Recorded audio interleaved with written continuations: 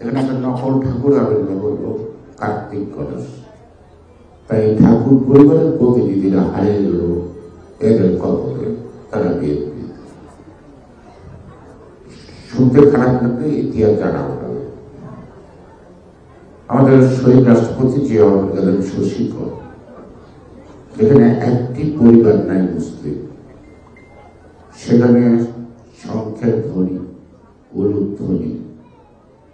এটা এমন একটা পরিস্থিতি তৈরি করলো যে শহীদ প্রেসিডেন্ট জিয়া রহমান আবেগ থামিয়ে রাখতে পারলেন না। তিনি কোন আয়োজন ছাড়াই থেকে গেলেন, সিকিউরিটি ছাড়াই থেকে গেলেন। এটা প্রাথমিক বিদ্যালয়। তার পরবর্তী পর্যায়ে নির্বাচনটা হতো রাষ্ট্রপতি। সেই রাষ্ট্রপতি নির্বাচনে দুই কেন্দ্রে একটি মুসলিম ভোট নাই, যাদের আত্মীয়তায় উনি সন্তুষ্ট হয়ে নিজের নিরাপত্তার কথা না ভেবে রাত্রে কাটালেন, ভোট পেলেন 11টি।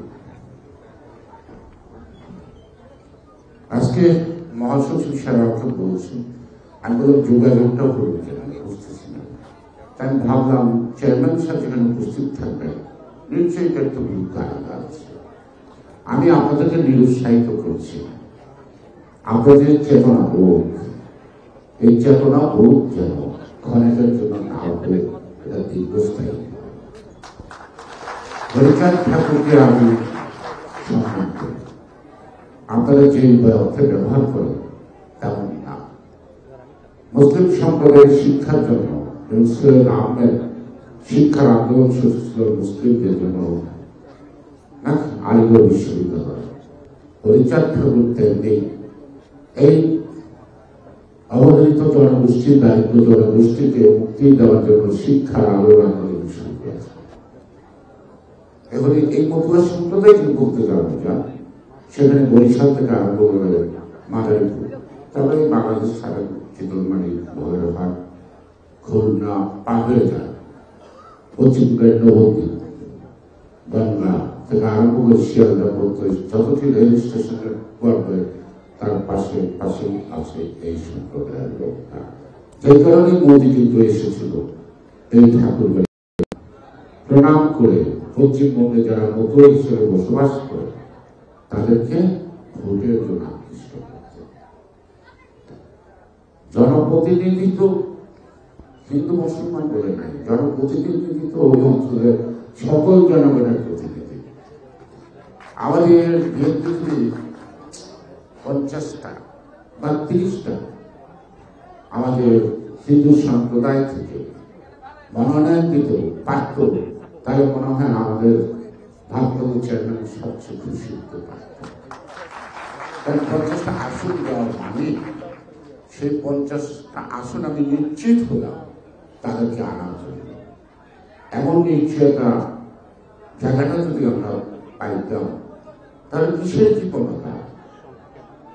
তাই মুসলমানদের দল তো বিএনপি না, এটা বাংলাদেশ জাতীয়তাবাদী দল, সকল ধর্মের সম অধিকার নিয়ে, নো সংখ্যালঘু, নো সংখ্যালঘু, as per constitution is that everybody have a equal right। সেটাকে বেশ করে আমরা আত্মীয়তা করতে চাই, কিন্তু আত্মীয়তার বেশি থেকে থাকে না।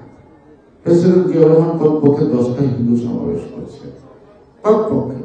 এটা আমি নিজে ছিলাম, ওনার সাথে ঘুরছি, দেখছি, ভালো আগ্রহ দিচ্ছি। কিন্তু কেন জানি কিছুক্ষণ পর আগ্রহ ঘাটাটা কমে যায়। সেটাকে আমাদের দোষ না আপনাদের অনাগ্রহ কেন হয় সেটাও বুঝতে পারি। সেজন্য আমি বলবো, আপনারা হিন্দু ধর্মে এই যে জাত মানে উত্তম মধ্যম মধ্যম এই আই হেট, মানুষ জন্মের জন্য দায়ী না, মানুষ কর্মের দায়ী করে। ভগবানের সৃষ্টি কোনো মানুষ ছোট না, বড় না, মধ্যম না। অথবা যাদেরকে আপনারা নিকৃষ্ট মনে করেন, যারা মনে করেন তারা নিকৃষ্ট মনের দিক থেকে, তারা ভগবানের মূল আদর্শটা তারা জানে না, বেদের সেই নিয়ম করে জানে না, তারা অনুসরণ করে না। ইসলাম ধর্ম যেমন সকল সমান, সনাতন ধর্মাবলম্বী ভগবানের সৃষ্টি প্রত্যেকেই সমান, কেউ তার জন্মের জন্য দায়ী না, সে তার কর্মের জন্য। তার কর্ম দিয়েই তার সম্মান অর্জন করতে হবে। ব্রাহ্মণের ঘরে জন্ম নিলে সে ব্রাহ্মণ হয় না যদি সে ব্রাহ্মণকে অর্জন করতে ব্যর্থ হয়। আজকে ধর্মীয় সভা না একটা মহামিলন পরিবর্তনের সাথে আপনারা একাত্মতা ঘোষণা করতে আসছেন, তার জন্য আমি আপনাদেরকে আমার ব্যক্তিগত পক্ষ থেকে, দলের পক্ষ থেকে, যদি মনে করেন আমি আপনাদের সম্প্রদায়ের লোক, তার পক্ষ থেকে আমি আন্তরিক অভিনন্দন জানাবো। আপনাদের পরিবর্তনের হয় যদি মনের পরিবর্তন হয়ে থাকে, সেটাকে স্থায়ী করুন, সেটা যেন এখান থেকে বিলিয়ে গেলেই যেন আবার না হারিয়ে যায় মনের থেকে। সবাইকে ধন্যবাদ, ভালো থাকবেন।